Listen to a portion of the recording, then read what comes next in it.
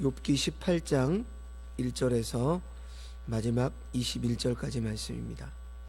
욥기를 보면 3장부터 27장까지 욥과 세 친구들의 논쟁이 나오고 있는데 총 3차례에 걸쳐서 욥은 친구들과 논쟁을 합니다.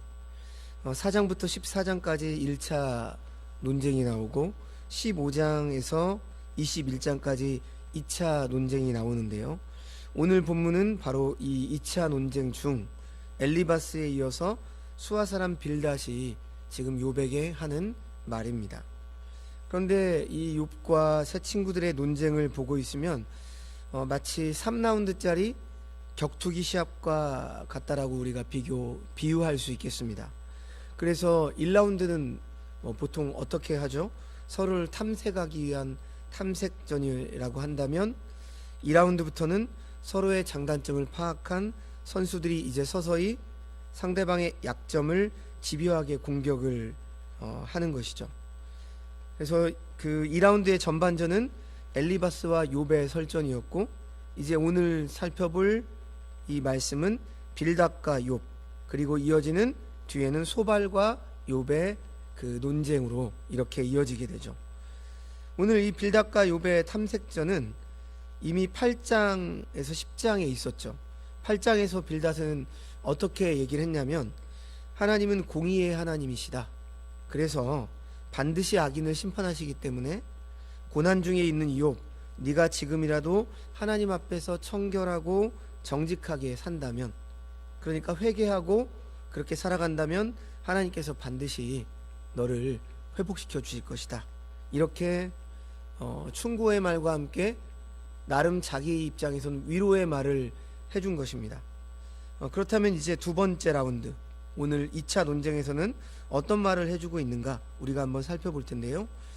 먼저 오늘 본문을 크게 두 단락 정도로 나눌 수 있는데 1절에서 4절 말씀은 욥에 대한 빌닷의 공격입니다. 이제 한층 더 수위가 높아져서 분노를 발하고 있죠. 그리고 5절부터 마지막 21절까지 말씀은 인과응보의 원리에 따른 악인의 운명에 대해서 빌닷은 말을 합니다. 빌닷 역시 이제 두 번째 논쟁이 되자 엘리바스처럼 욥에게 조금 더 격하게 말을 하죠. 1절 2절 말씀을 보십시오. 수아 사람 빌닷이 대답하여 이르되 너희가 어느 때에 가서 말의 끝을 맺겠느냐, 깨달으라. 그 후에야 우리가 말하리라. 이렇게 말씀하는데 빌닷은 입을 열자마자 거친 말을 쏟아냅니다. 2절 말씀에 어느 때에 가서 말의 끝을 맺겠느냐, 우리말로 하면 세번역 성경으로 그 욥기를 한번 보시면 좀 더 리얼합니다. 세번역 성경은 입을 다물어라, 마치 이런 표현인 거죠. 그러니까 그 입을 닥쳐라, 이렇게 말하는 것과 똑같습니다. 이것은 빌닷은 욥에게 입 닥치고 네가 죄를 지었음을 인정해라, 지금 이렇게 말하고 있는 겁니다. 그러니까 점잖게 지금 1차 논쟁에서 빌닷은 우리가 잘못 알고 있는 유명한 말씀 있잖아요. 네 시작은 미아가였으나 끝은 창대하리라. 이렇게 말하면서 네가 회개하면 너의 끝은 창대할 것이다. 이렇게 비꼬면서 점잖게 그 욥의 그 죄를 지적을 했죠. 그런데 욥은 자기의 죄에 대해서 인정을 하지 않는 거예요. 아무리 생각해도 나는 하나님 앞에 특별한 죄를 지은 적이 없는 것 같은 거죠. 그래서 친구들의 말에 동의하지 않고 자신의 삶을 한탄하고 죽기를 바라고 이렇게 하나님 앞에 탄원을 하고 있으니까 빌닷이 볼 때는 교만해 보이는 거죠. 그래서 지금 이제 좀 더 격하게 말을 하는 것입니다. 그리고 3절을 보면 어찌하여 우리를 짐승으로 여기며 부정하게 보느냐, 이렇게 말하고 있는데요. 욥이 자신의 말을 듣지 않음에 분노하고 있는 것이죠. 빌닷이 자기 나름대로는 욥에게 진심을 다해서 충고를 했는데 욥은 그 말을 귀담아 들을 가치도 없다, 무시하고 있다라고 생각하고 있는 겁니다. 그리고 다시 욥에게 화살을 돌려서 빌닷은 4절 말씀에 울분을 터뜨리며 자기 자신을 찢는 사람아, 이렇게 말하며 자기 감정조차 제대로 다스리지 못하는 네가 무슨 의인이냐, 진짜 웃기고 있다, 뭐 이런 의미죠.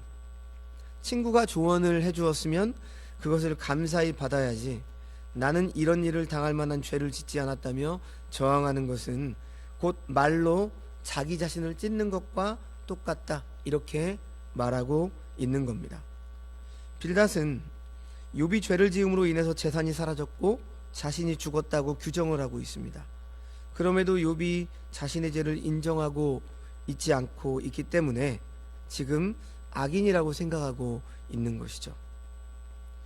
그래서 이렇게 분노를 발한 빌닷은 이제 5절부터 마지막 말씀까지 의로우신 하나님께서 악인에게 최후로 내리시는 벌은 죽음이기에 여러 가지 비유를 통해서 욥의 죽음을 떠올리게 하고 있습니다.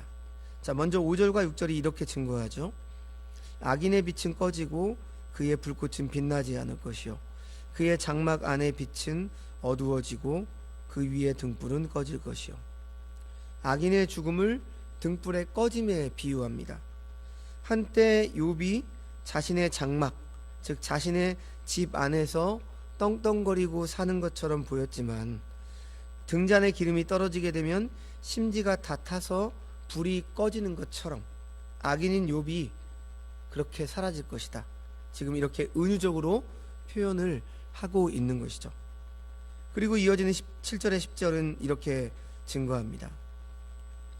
그의 활기찬 걸음이 피곤하여지고 그가 마련한 꾀에 스스로 빠질 것이니 이는 그의 발에 그물에 빠지고 올가미에 걸려들며 그의 발 뒤꿈치는 덫에 치이고 그의 몸은 울무에 얽힐 것이며 그를 잡을 덫이 땅에 숨겨져 있고 그를 빠뜨릴 함정이 길목에 있으며. 5절에서 지금 악인의 빛이 꺼진다고 하고 그렇게 말한 다음에 매 절마다 그라고 하는 인칭대명사가 나오죠. 여기서 그는 누구겠습니까? 욥을 지칭하는 거죠. 그리고 그가 바로 악인입니다. 그러니까 욥, 네가 바로 악인이다, 이렇게 말하는 거죠. 악인이기에 활기찬 걸음이 피곤하여지고 스스로 자기 꾀에 빠진다는 것이죠. 그래서 올가미, 덫, 올무, 함정이 길목에 있고 무서운 것이 사방에서 그를 놀라게 하고 그 뒤를 쫓아가는 것이기에 지금 욥이 그 악인이라고 하는 것이죠. 악인의 발걸음은 마다 그런 덫과 그런 올가미들이 놓여 있어서 어떤 재앙과 모든 어려움이 악인의 뒤를 쫓아가고 있다. 그러니까 지금 네가 이렇게 힘들고 어렵고 이런 것들은 지금 다 쫓아오고 있는 것이다. 네가 악하기 때문에 회개하지 않고, 네가 죄를 지었는데 여전히 회개하지 않았기 때문에 너는 악하다. 지금 이렇게 말하고 있는 거죠. 근데 지금 이 표현을 보시면 비슷한 그 선지서의 말씀이 떠오르시지 않습니까? 이사야 40장 31절 말씀에 이런 말씀이 있죠. 우리가 너무 잘 아는 말씀. 오직 여호와를 앙망하는 자는 새 힘을 얻으리니 독수리가 날개치며 올라감 같을 것이요 다른 박질하여도 곤비하지 아니하겠고 걸어가도 피곤하지 아니하리로다. 이렇게 말씀을 하셨죠. 근데 지금 빌닷은 어떻게 말합니까?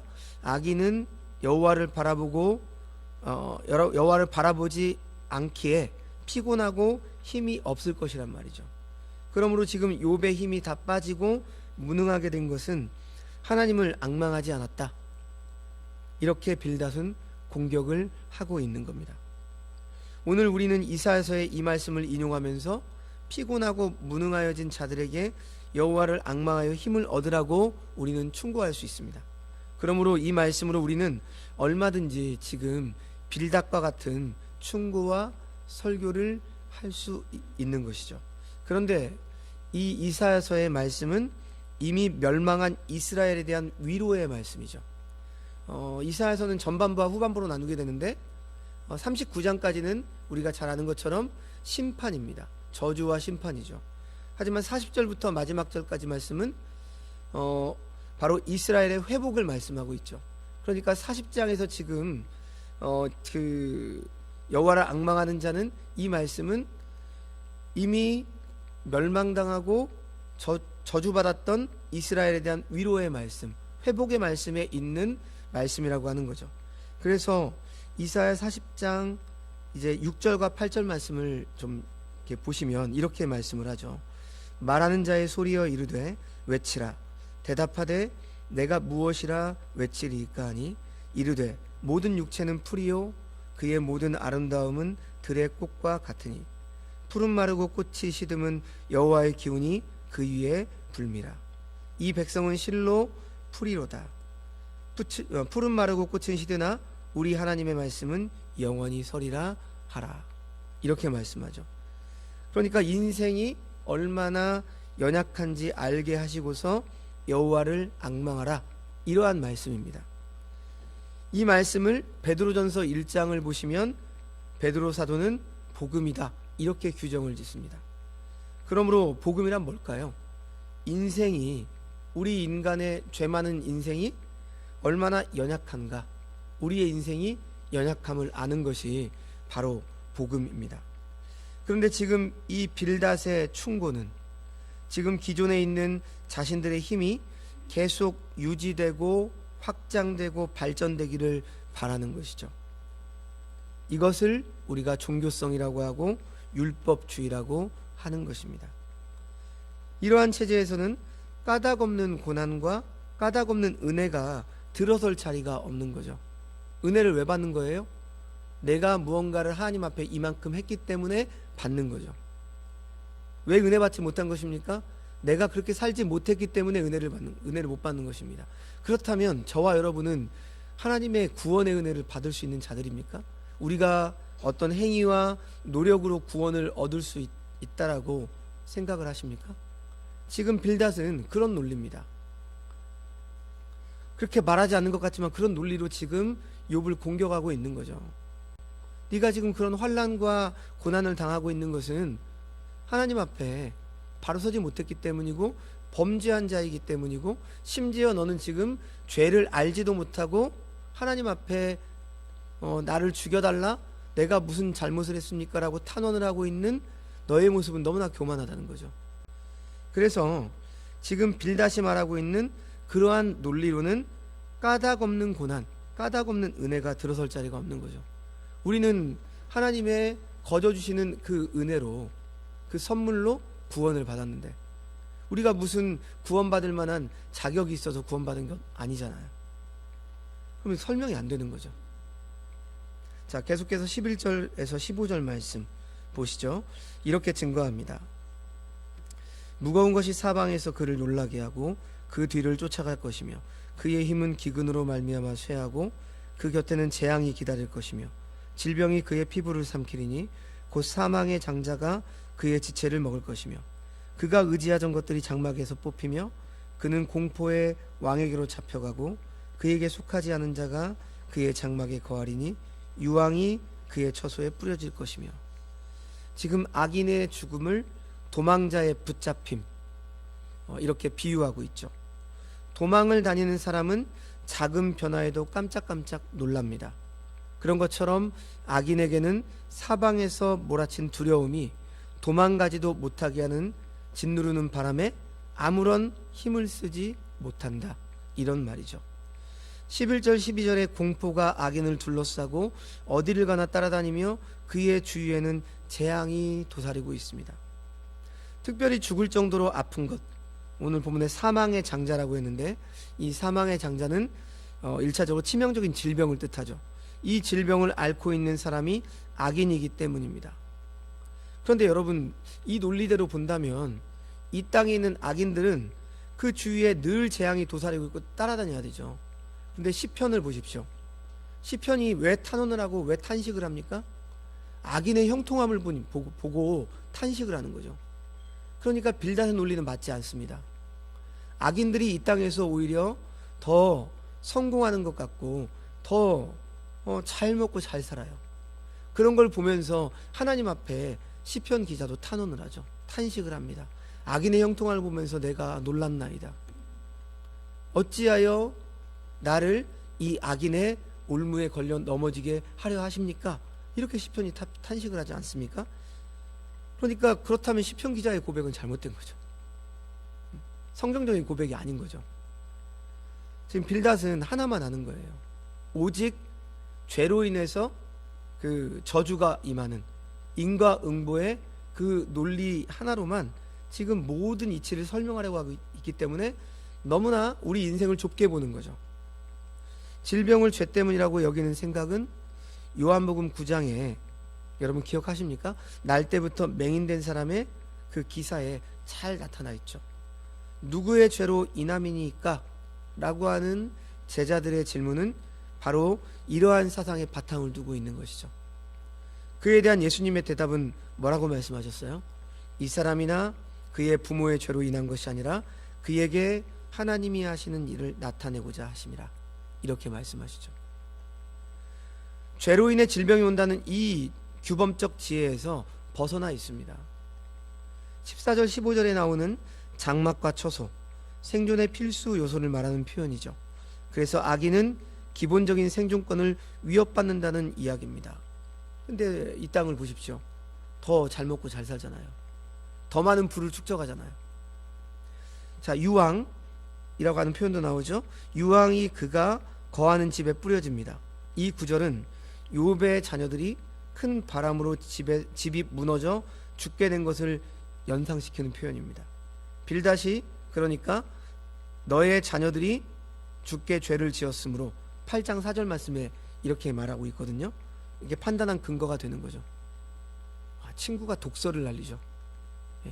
지금 고난에 빠져서 정말 울며 하나님 앞에 탄식하며 부르짖고 있는 그 친구에게 지금 빌닷은 독설을 날리고 있는 겁니다. 저와 여러분도 이렇게 할 수 있어요. 하나님을 내가 아는 식으로만 말하면, 내가 받은 은혜의 그러한 방식대로만 하나님을 표현을 하면, 성경에서 말하는 그 크고 넓으신 그리고 인자하고 자비로우신 사랑이 넘치시는 하나님, 그 하나님을 우리가 너무나 좁게 생각하며, 그리고 내 인생에서 내가 어떻게 했더니, 물론 하나님께서 우리가 그렇게 살아가고 말씀에 순종하면 은혜와 복을 주시죠. 하지만 그것이 우리가 원하는 식으로 주시는 건 아니에요. 어쩔 때에는 우리가 원하는 방식과 들어맞기 때문에 우리는 그렇게 착각을 하는 거예요. 내가 금식하며 기도했더니 하나님이 이렇게 들어주셨더라. 좀 이런 표현은 좀 적절치 않을지 모르겠는데 아다리가 맞은 겁니다. 소위 말하면 하나님이 그렇게 주시고자 한 것이에요. 그렇게 했다라고 주셨다기보다는 때가 되어서 하나님의 섭리 안에서 주신 것이죠. 근데 우리는 금식했기 때문에 받았다고 생각을 해요. 그래서 그렇게 금식하며 기도했더니 어떤 걸 받았어요. 그러면 그게 나의 신앙의 하나의 규범이 되는 거예요. 그래서 어떤 일이 있을 때마다 우리가 어떻게 하죠? 금식을 하죠. 근데 금식한다고 해서 다 응답을 받나요? 안 받을 때가 있는 거죠. 그러면 자기가 생각한 규범에서 벗어난 거예요. 그러니까 하나님을 원망하는 거죠. 하나님 전에는 이렇게 해서 주셨는데 왜 안 주시는 것입니까? 하나님을 자신의 교리에, 자신의 신앙적 틀에 넣지 마십시오. 지금 빌닷은 자신의 신앙적 규범에 하나님을 넣고 있습니다. 그래서 욥을 평가하고 있는 거죠. 우리도 이 빌닷처럼 그렇게 말할 수 있습니다. 자, 또 16절에서 20절은 어떻게 말씀합니까? 밑으로 그의 뿌리가 마르고 위로는 그의 가지가 시들 것이며 그를 기념함이 땅에서 사라지고 거리에서는 그의 이름이 전해지지 않을 것이며 그는 광명으로부터 흑암으로 쫓겨 들어가며 세상에서 쫓겨날 것이며 그는 그의 백성 가운데 후손도 없고 후예도 없을 것이며 그가 거하던 곳에는 남은 자가 한 사람도 없을 것이라. 그의 운명의 서쪽에서 오는 자와 동쪽에서 오는 자가 깜짝 놀라리라. 악인의 죽음을 나무의 뿌리가 마름에 비유하고 있죠. 이 비유는 잔인함을 넘어서 섬뜩하기까지 합니다. 나무의 뿌리가 마르고 가지가 시들어 버림으로 후에는 거기에 나무가 있었는지 없었는지 아무도 알지 못하게 되듯이 이제 자녀가 없는 욥이 그렇게 멸망하게 될 것이다. 이렇게 빗대어서 하는 표현이죠. 칠남 삼녀를 한순간에 잃은 아버지 욥을 배려하는 마음은 조금도 없습니다. 이것이 인간의 악함이죠.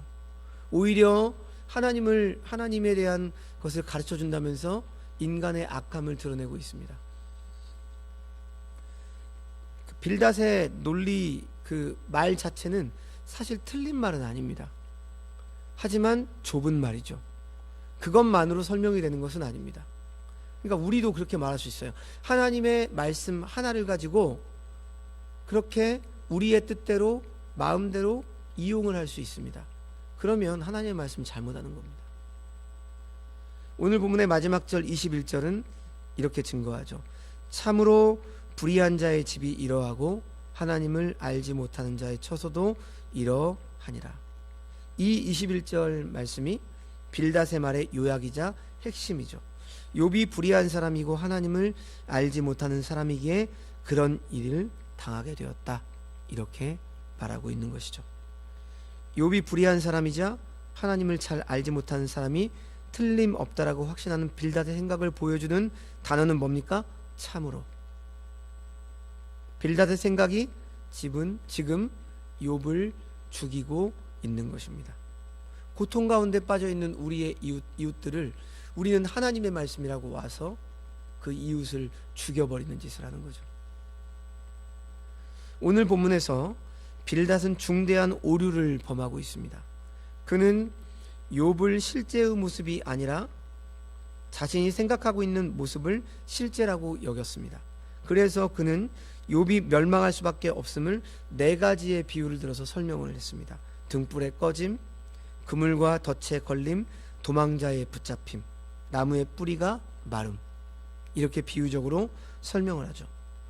만약 욥이 하나님을 알지 못하는, 아니 하나님 알기를 거부하고 하나님을 향하여 등을 돌린 인생을 살았다면 이렇게 표현하는 것이 맞을 수 있습니다. 그러나 욥은 하나님께 등을 돌린 사람이 아니라 하나님의 얼굴과 자신의 얼굴을 맞대는 삶을 살기 위해서 몸부림을 치고 있는 사람입니다. 우리 신자들이 그렇죠. 고통과 고난 가운데서도 때로는 하나님 왜 그러십니까? 라고 원망 비슷한 말을 토로하지만 그래도 하나님 앞에 계속 이야기하는 거죠. 하나님밖에 없으니까요. 이 지금 어려움을 나에게 이 어려움이 해결되고 이 어려움의 상황을 내가 이길 수 있는 힘은 하나님밖에 없기 때문에 우리는 하나님 앞에 말하는 거죠. 지금 그러고 있는 욥에게 이렇게 말하고 있는 것은 잘못 알고 있는 거죠. 악인은 정말 하나님께 등을 돌린 악인들은 그러한 일을 당할 수 있겠죠. 하지만 하나님을 믿는 신자에게 때때로 이런 일이 일어난다라고 하는 것은 하나님이 등을 돌린 게 아니라는 것입니다. 또한 빌닷은 사람의 죽음에 대해서 말하는 동기가 틀렸고요. 사람의 죽음의 가치를 바르게 이해하고 있지 않습니다. 빌닷의 죽음에 관한 이야기는 욥으로 하여금 하나님의 손을 잡게 하려고 하는 것이 아니라 하나님을 잡고 있는 손을 놓게 하려는 것이기 때문에 바르지 않아요. 목회자로서 살다 보면은 종종 성도님들에게 그런 부탁을 받을 때가 있죠. 믿지 않는 부모님. 그런데 이제 생이 얼마 남지 않는, 그리고 이제 마지막 생의 마지막을 마감하려고 하는 그런 죽음의 문턱에 있는 자신의 부모님에게 와서 복음을 전해달라고 이렇게 부탁을 받을 때가 있습니다. 그러면 목사는 가서 어떻게 해야 될까요? 믿지 않은 불신자예요. 아직까지는. 당신이 믿지 않았기 때문에 당신의 결말은 그렇게 될 것입니다. 이렇게 저주를 선포해야 됩니까? 지금 빌닷의 논리가 그렇단 말입니다. 목회자는 어떻게 해야 되겠어요? 그 사람이 하나님의 은혜에 마지막 선택받은 사람인지 택함받은 사람인지 아닌지 알 수가 없지 않습니까? 왜냐하면 십자가에 달리실 때 예수님께서 한편 강도도 주님이 죽으실 때 나를 기억하소서 이런 말씀을 하잖아요. 그래서 오늘 네가 나와 함께 낙원에 있으리라. 십자가의 강도는 그 말 한마디에 구원을 받은 거예요. 우리 인생도 그럴 수가 있죠. 죽음의 문턱에서 평생 하나님을 모르고 살던 그 영혼이 말씀을 듣고 죽기 전에 회개하고 하나님께서 하나님의 나라로 부를 수도 있단 말입니다. 그래서 목회자는 그 자리에서도 복음을 선포하는 거죠. 비록 지금 인생은 꺼져가지만 주 예수를 믿으십시오. 그리고 하나님의 은혜가 당신에게 있기를 간절히 기도합니다. 하나님 은혜를 베풀어 주셔서 이 영혼을 하나님 나라로 옮겨주시기를 기도합니다. 목회자는 그래야 되지 않겠습니까? 우리도 그래야 되지 않을까요? 그래서 지금 빌닷은 자신의 논리로 그렇게 말하고 있지 않는 겁니다. 너는 지금 이제껏 악인이었고 악을 행했기 때문에 너의 결말은 이렇게 될 것이다. 하나님의 손을 잡게 하려는 게 아니라 손을 오히려 더 놓게 하려는 것이죠. 우리는 이러한 충고자가 되면 안 됩니다. 사랑하는 성도 여러분, 예수님께서 이 땅에 오심은 하나님을 향하려고 하는 우리의 얼굴을 돌리기 위함도 아니시고 하나님을 붙잡고 있는 우리의 손을 떼어내시기 위함도 아닙니다. 하나님을 향해 얼굴을 돌려야 하는지도 몰랐고 하나님을 붙잡아야 한다는 것을 인식도 못했던 저와 여러분을 하나님을 향하게 하고 하나님을 영원히 붙잡게 해주시기 위해서 예수 그리스도께서 이 땅에 오신 것입니다. 그래서 우리의 삶에 고난과 고통이 있을지라도 그것은 우리로 하여금 주님을 더욱 붙잡게 해주는 방편임을 우리는 잊지 말아야 할 것입니다. 우리의 삶에도 사도 바울처럼 바나바와 결별해야 되는 것과 같은 관계의 단절이 있을지라도 우리는 주님을 바라봐야 합니다. 또 아시아 땅에 머물려고 했던 바울의 계획이 틀어져서 유럽 대륙으로 건너가야 했던 것처럼 금방이라도 이루어질 것만 같았던 나의 일들이 무산될지라도 주님의 손을 꼭 붙잡아야 합니다. 사도 바울이 자신을 위협하는 유대인들을 피해서 아가야행 배를 타야 했던 것처럼 우리의 인생길이 다른 방향으로 인도될지라도 그것은 하나님께서 우리로 하여금 신묘막측한 은혜의 지도, 말로 설명할 수 없는 섭리의 지도를 그리고 계심을 우리는 믿어야 합니다. 우리가 욥처럼 사도 바울처럼 주님의 말씀에 순종하려고 몸부림을 치는 한 말이죠.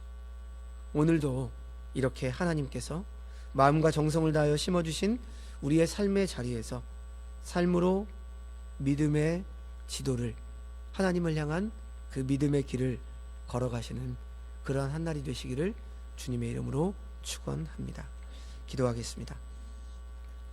하나님 아버지, 오늘 본문의 빌닷이 욥을 향해 퍼붓는 말들을 통해서 우리가 잘못된 선입견을 갖고 있으면 우리의 말이 얼마나 폭력적일 수 있는지, 얼마나 잔인해질 수 있는지 확인하게 해주심에 감사합니다.